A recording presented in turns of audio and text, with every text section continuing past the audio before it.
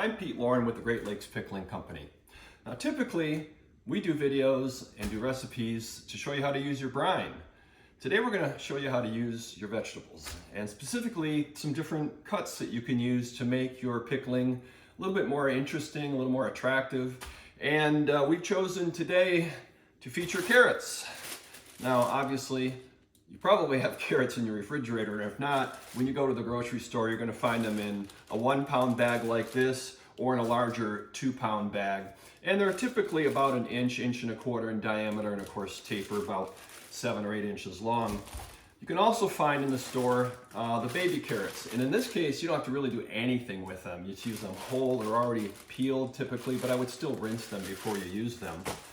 Other carrots you're going to find in the store are bunch carrots. These are smaller, narrower, younger baby carrots with the stems still on them. And of course you want to wash them very, very well and peel them before you would do any pickling to remove any extra dirt or soil on the outside and make sure you've cleaned them really, really well. And when you do, they end up looking something like this. These have been trimmed. They started like this and they're a little bit narrower. Now when we use them, we're going to trim the little tips off of those. And then lastly, you can find carrots that are called rainbow carrots. These here have different pigments in them: anthocyanin, which is the same pigment you'd find in beets, flavone, which is the white, which is the pigment you're going to find in these creamy white colored carrots, and of course the traditional orange. So you have some different options as far as shapes and colors versus just regular carrots here. So obviously you probably already have your pickling pouches available and you've chosen a flavor that you like. We now have 6 of them, including the new Granny's bread and butter pickle, which is fabulous. It's a little sweeter. And you can use any of these with carrots, of course. So that's not the important part. The important part today is let's talk about making your trimmed vegetables attractive and interesting looking, okay? First of all, you want to make sure that when you're cutting your vegetables for your pickling, that they're approximately the same size or the same mass. That way they will kind of cure all the same time and have about the same texture to them. So, in starting off simply, just a normal cut that most people use for a carrot is just a disc cut. Now, you can cut a carrot, obviously, just in a disc. Typically, I would keep them about 1/4 inch thick to make sure that they pickle correctly and they're the nice texture you want. But it's really a little bit better that you cut them on the bias. That's just a little bit more interesting than cutting them into a plain disc, okay? So you've got a straight disc, you've got a bias cut disc. And the other thing you could consider doing is to use a crinkle cut, sometimes they call it. This is an actual knife that does that. They have some that are like a paddle, and they have the crinkle part at the bottom and a handle at the top, and you press down. But I don't prefer those because they're a little wonky. You know, when you press down, it kind of goes at a little bit of an angle because you don't have that much control. You'll have a lot more control when you have a knife in your hand that has this kind of a crinkle blade to it. So you would use it the same way you would use it if you were using a traditional knife, but it's going to give you a different serrated cut. So again, what I do here is I place it on the table and press down, and I usually try to do it closer to the edge here. As you can see, this has a much more interesting shape to it because not only is it cut on the bias, but it's also got a kind of a serrated look to it, a little bit more attractive. So we'll show you up close a little bit of these as we go along. So we've talked about discs a little bit. We talked about the crinkle cut disc. Some people like to just plain make like carrot sticks. And to do that, of course, you're going to try to find a part of the carrot that has a rather uniform width to it from end to end. This one here, I'll cut about 3 or 4 inches in length. Cut a flat side to it, place that flat side down, then come down about, again, 1/4 inch slices. You can go maybe even 3/8 of an inch. And then again, in the opposite direction, cut them into sticks. These sticks will kind of curl a little bit as they're in the brine solution, but mostly they'll stay straight, and they're another interesting shape that you can use when you're pickling. Now, along that same line, some people like to do panels, okay? The panels would be done similarly. I don't usually use as long of a length as I would a stick. I'll keep it closer to 2 inches. And you would get a panel like this, okay? Again, different shapes, different interesting looks to them, and that's kind of nice. Now, another cut that you'll see, and you'll see this especially in stir-fry dishes, is called a Japanese or an Asian roll cut. And in this case, you're going to want to choose a carrot that is not quite as big in diameter, okay? Because if it is, as you're creating this roll cut, it's going to be pretty good size. You're not going to want to use these larger carrots, which are called sometimes horse carrots. Actually, I buy them for the deer and they love them too, but they're too big for most cuts you're going to use for pickling. There's another use for those though. We're going to show you that in a minute. So you're going to want to find a carrot that has a rather uniform shape to it that isn't too large in diameter. And what you're going to do is you're going to start off by making a bias cut towards the point. It's like this. This is not going to be used here. Now I have the bias cut here, just like this. And what I'm going to do is I'm going to roll it over 1/3 of a turn and make a cut. Then roll it over 1/3 of a turn and make another cut. And then roll it. Keep rolling it left to right or right to left, depending upon if you're left or right-handed. And continue to make these angular cuts. Now what's interesting about this shape here is that it has many facets to it. So it's really interesting, and you'll find, again, these used in a lot of Asian, Japanese, and stir-fry type cooking. So that's another type of a cut called the roll cut. Now, these are all cuts that you're going to do with a knife, okay? Then there's a couple of other tools you can use which can make other interesting shapes, like round or oval. Now, many of you have probably seen or heard of these melon ball scoops, they're often called. Actually, on the tray, they're called a Parisienne scoop, this being the larger end called the Parisienne end. The smaller end is called noisette, meaning nut. So noisette end, Parisienne end. These can be used also for scooping soft pulped fruits and vegetables. Carrots are a little bit on the harder side, so I would not try necessarily to use this larger end, but we'll give it a try here. Now, a lot of people think that when you're scooping out with a scoop of this nature, you're doing it like an ice cream scoop. The problem with that is you're only going to get like a half round. You're not going to get a full sphere. So what you have to do is you have to literally press down on top. Now there's a little hole here which allows the air to escape and allows it to be released from the scoop a little bit more easily. Once I've pressed down on this, then I'm going to dig into the pulp, turn it, and now I have a ball. And it's a little bit easier when you're using smaller scoops than it is this very, very large one. I chose the largest one. This would be slightly smaller.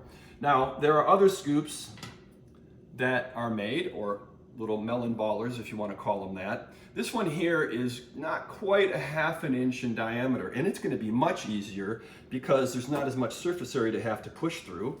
So I'm going to push down, lift up, twist, and pull it out. And now I have a smaller size ball, okay? And we can go even further down the line and get a small one that's really called petit pois, or pea size. And this is much easier. Again, press down with your thumb, pull up, turn in a circle, pull it out, and you have a nice size little ball that is about the size of a pea. Now, in this particular case, if you were trying to make a whole bag of this size ball, you're going to be here for a while. So typically something like that is used just to add a little bit of color, flavor, and texture, and they float around like little snow globe snowflakes in your pickling mixture. So you can do that. Again, just go side by side so you don't waste too much pulp, And you could probably make a couple dozen of these and add them to your pouch without too much trouble. Now, having said that, there is one more type of scoop that you can get. This is an olive size. It looks like an olive in shape. It's oval. It still has a little hole in the back to help you get it out of the carrot pulp. And again, the same thing, except this case, I'm going to rock it left and right, and pull out the olive shape here. And it's, again, a very attractive shape. It looks unusual. People will kind of step back and say, what's that? You know, and they think it's maybe something that came from Mars or something, but not. It just came from your carrot with this little teeny scoop.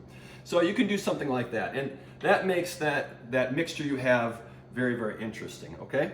So we have already shown you some cuts that you're going to do with a knife, some that you can do with a scoop, and there's a couple of other options here. Now, these require you to purchase another tool, and there are a couple I want to show you.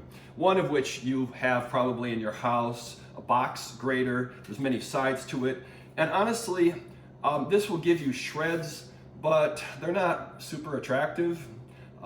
You can certainly put a few of them in for a little bit of a color. I would recommend using the largest size hole and really pressing down firmly so you get a nice big shred. The other option you have is a mandolin. Now, mandolins are used a lot in restaurants. This one happens to be the old-fashioned French mandolin.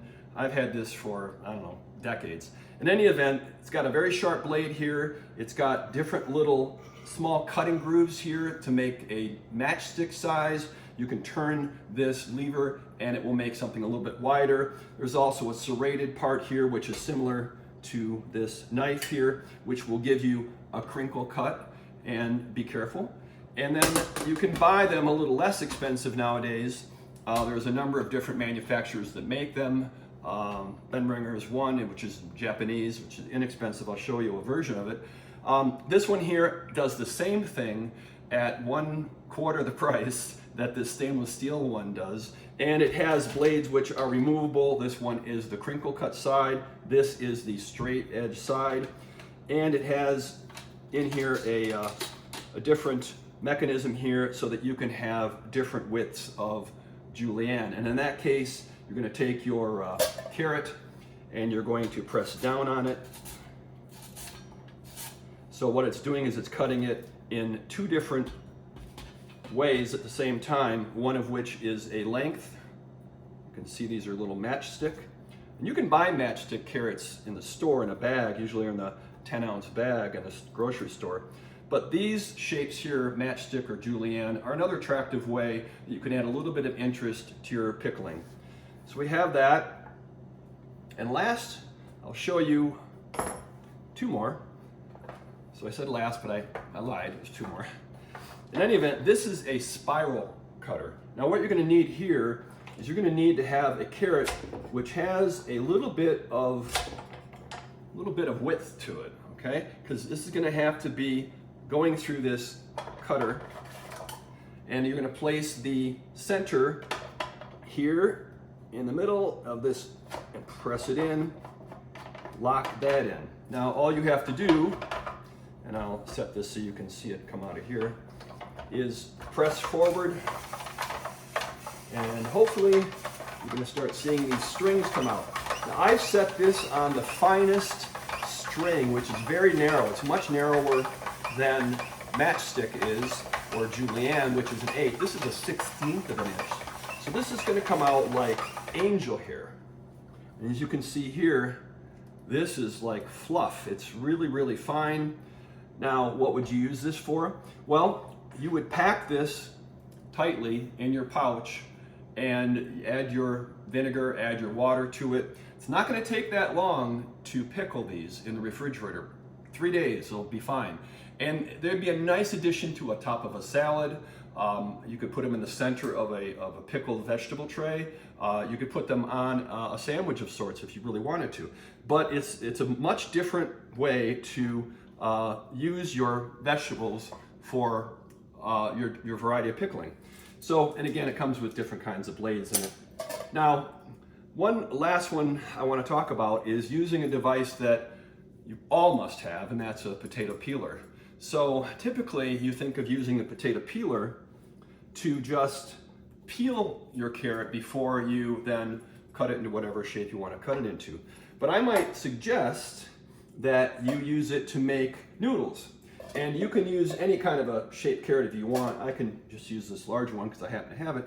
Now what I want you to do here, I'm going to trim the end off of it, is we're going to press down pretty firmly on this, okay? And we're going to push it forward to create a noodle, okay? And you go, well, that's interesting. I didn't even think about putting noodles, but it's the same thing, and they will get very flexible as you pickle them. It's the same thing as using a julienne cut or a stick. It's just a different shape. Now, you can continue to go in the same direction, or you can make narrower ones as you rotate the carrot left and right. You can hear it kind of ripping through the pulp. And that's important because you want to make sure that you have enough width on them so that they don't just kind of collapse, okay? And that is your carrot noodles. And again, if you want to trim your carrot into a narrower shape and make your noodles, they're going to be a little narrower and not quite as wide. So what we've gone over so far is we've gone over cutting discs with a knife. We've talked about the crinkle cut knife, which is another type of knife that you can use to create a little bit of interest.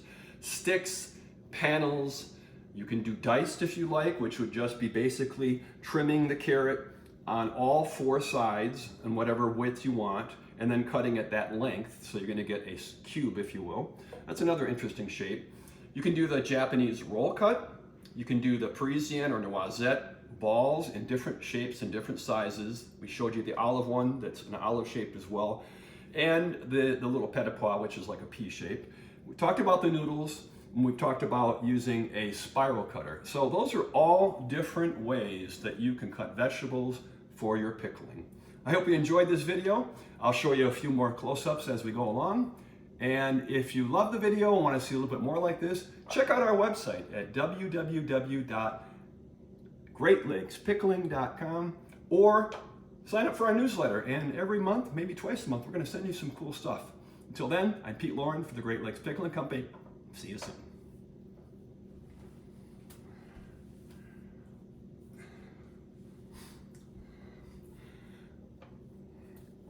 So, we've showed you a lot of different shapes today. Talked about whole, we've talked about discs, both straight disc, bias disc, crinkle cut discs. We've talked about sticks, panels. You can even cut them into cubes by giving four sides to this and then cutting it whatever length. You're gonna have a cube out of that. We've talked about a Japanese roll cut. Talked about the different ball shapes that there are, from Parisian and noisette to petit pois. Talked about olive-shaped cuts from a scoop, and wide noodles, julienne, and we talked about spiral cutting. Those are all great shapes, great thoughts, great ideas for you to try on your next batch of pickle pouch pickles. This is Pete Lauren for the Great Lakes Pickling Company. We hope you enjoyed this video. If you did, check out more of our online recipes and how-tos at www.greatlakespickling.com. And while you're there, sign up for our newsletter. Until then, I'm Pete Lauren. We'll talk to you soon.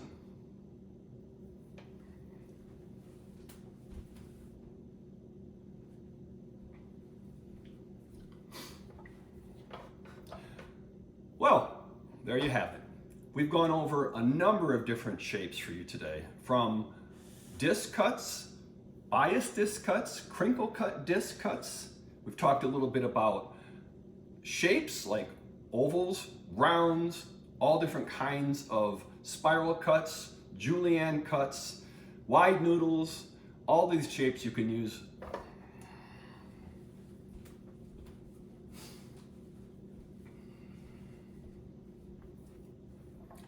Well, there you have it. We've gone over a lot of different. Well, there you have it.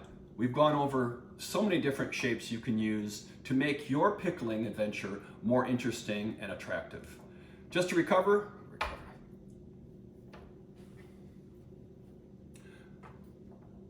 So, there you have it. we've gone over a number of different shapes to make your pickling more interesting and attractive.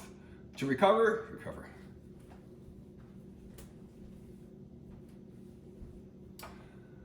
Well, there you have it. We've gone over a number of different shapes to make your pickling more interesting and attractive.